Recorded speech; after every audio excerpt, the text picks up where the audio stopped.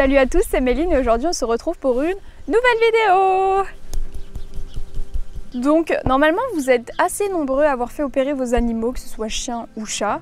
Donc aujourd'hui je ne parle pas de NAC.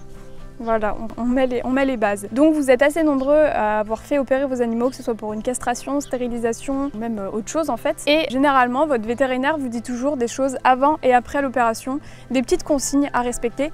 Et c'est ce qu'on va voir ensemble aujourd'hui. C'est parti! Alors, avant toute chose, votre vétérinaire vous dit que vous devez emmener votre animal à jeun le matin. Donc généralement, à partir de minuit, l'animal ne doit plus manger jusqu'à l'opération. Mais pourquoi, Jamie? Allez, vas-y, réponds. Je te parle à toi, Guigui. Tu es derrière la caméra, je vais pas parler à l'arbre.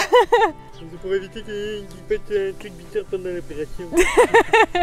Alors, c'est simple. Déjà, on anesthésie l'animal et en fait, l'anesthésiant va complètement éteindre le système digestif et il va entre guillemets éteindre les réflexes. Et il y a un réflexe de la toux. Donc ce réflexe-là, c'est pour éviter en fait que les aliments ne passent par la trachée et aillent dans vos poumons. Donc c'est simple, quand vous avalez de travers, généralement, vous vous mettez à tousser très fort, c'est justement pour éviter que ça aille dans les poumons, quoi. Ce serait un peu dommage, ça se nourrit pas pareil, on va dire. Et donc, généralement, l'anesthésiant donne aussi envie de vomir dès que les chiens se réveillent. Donc imaginez que si le chien a mangé et qu'il se réveille, et qu'il vomisse, il y a moyen que le vomi ne ressorte pas par la bouche, mais aille directement dans les poumons.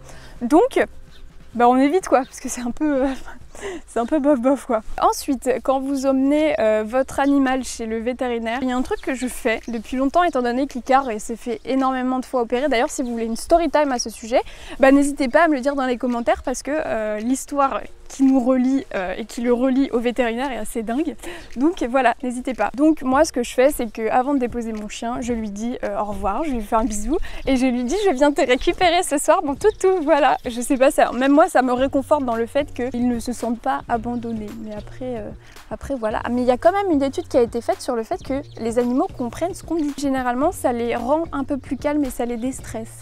Voilà! Ensuite, ce que vous pouvez faire, c'est lui laisser un doudou ou une fringue qui a votre odeur, tout simplement, parce que ça va le calmer.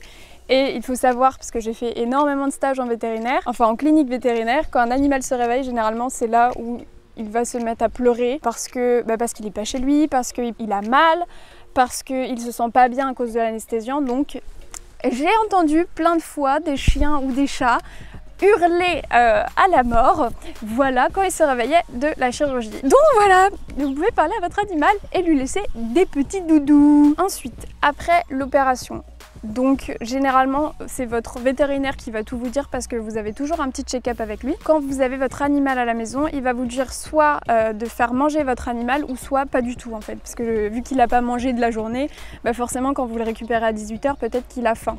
Donc je sais que quand j'ai fait stériliser Piki, il m'a dit de lui donner quelques croquettes. Pourquoi? C'est simple, déjà l'animal peut ne pas être réveillé totalement.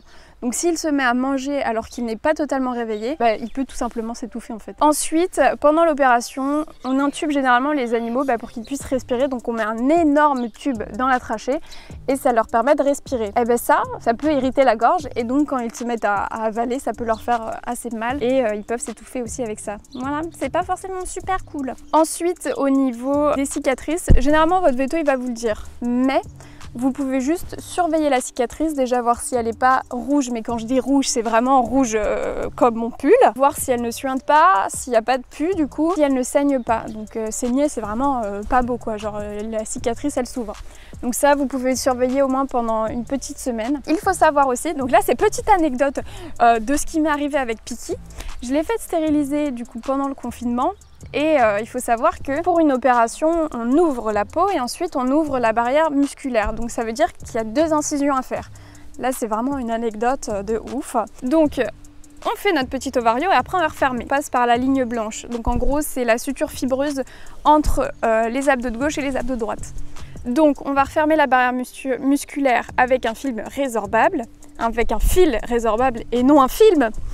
Et il faut savoir que chez les chats, en fait, ce fil est très mal supporté. C'est ce qui s'est passé avec Piki. Et je termine. Ensuite, on referme la couche thermique, donc la peau, avec un fil qui peut s'enlever. Il faut savoir que chez les chats, le fil, j'en ai marre. Le fil résorbable, donc au niveau de la barrière musculaire, les chats partent vite en inflammation. Le muscle réagit très mal au fil. Ce qui fait que Piki avait une cicatrice super belle, super nette, mais il y avait une grosse boule. Genre vraiment, il y a une petite cicatrice et une grosse boule. Et la boule était assez lisse et je comprenais pas, donc je suis allée voir mon vétérinaire et il ne faut pas hésiter à aller voir le vétérinaire ou même l'appeler. Je l'ai appelée, elle m'a dit de passer, je suis allée la voir et en fait c'était juste le fil qui avait fait une grosse inflammation au niveau du coup des abdos. Donc voilà, toujours vérifier, toujours appeler son véto quand on a un petit doute. Regardez la cicatrice, voir si votre animal va bien aussi, si il ne s'est pas passé quelque chose, donc voir s'il va bien. Et si vous avez un doute ou quoi que ce soit, n'hésitez pas à appeler votre vétérinaire et à passer le voir. Normalement, la visite de contrôle est gratuite chez certains vétérinaires. Donc n'hésitez pas à en parler aussi avec votre vétérinaire pour savoir. Et si vous voulez une petite vidéo avec toutes mes anecdotes de stage avec les vétérinaires, parce que j'en ai vu des trucs, hein, vraiment c'était ouf. Et j'en ai vécu des trucs aussi parce que voilà, je pense que certains d'entre vous ont envie peut-être d'être vétérinaire, comme moi je voulais être vétérinaire quand j'étais petite. Et ben, j'aurais peut-être voulu savoir ce genre de choses avant de penser à vouloir être vétérinaire en fait, voilà. Et ben voilà, moi c'est tout. J'espère que ça vous a plu, que vous avez appris des petits trucs. Je raconte aussi ce genre d'histoire sur Instagram, donc n'hésitez pas à me suivre. Sur Instagram, oui sur Instagram c'est ça. Et moi je vous fais des bisous et on se retrouve à la prochaine vidéo. Bisous bisous.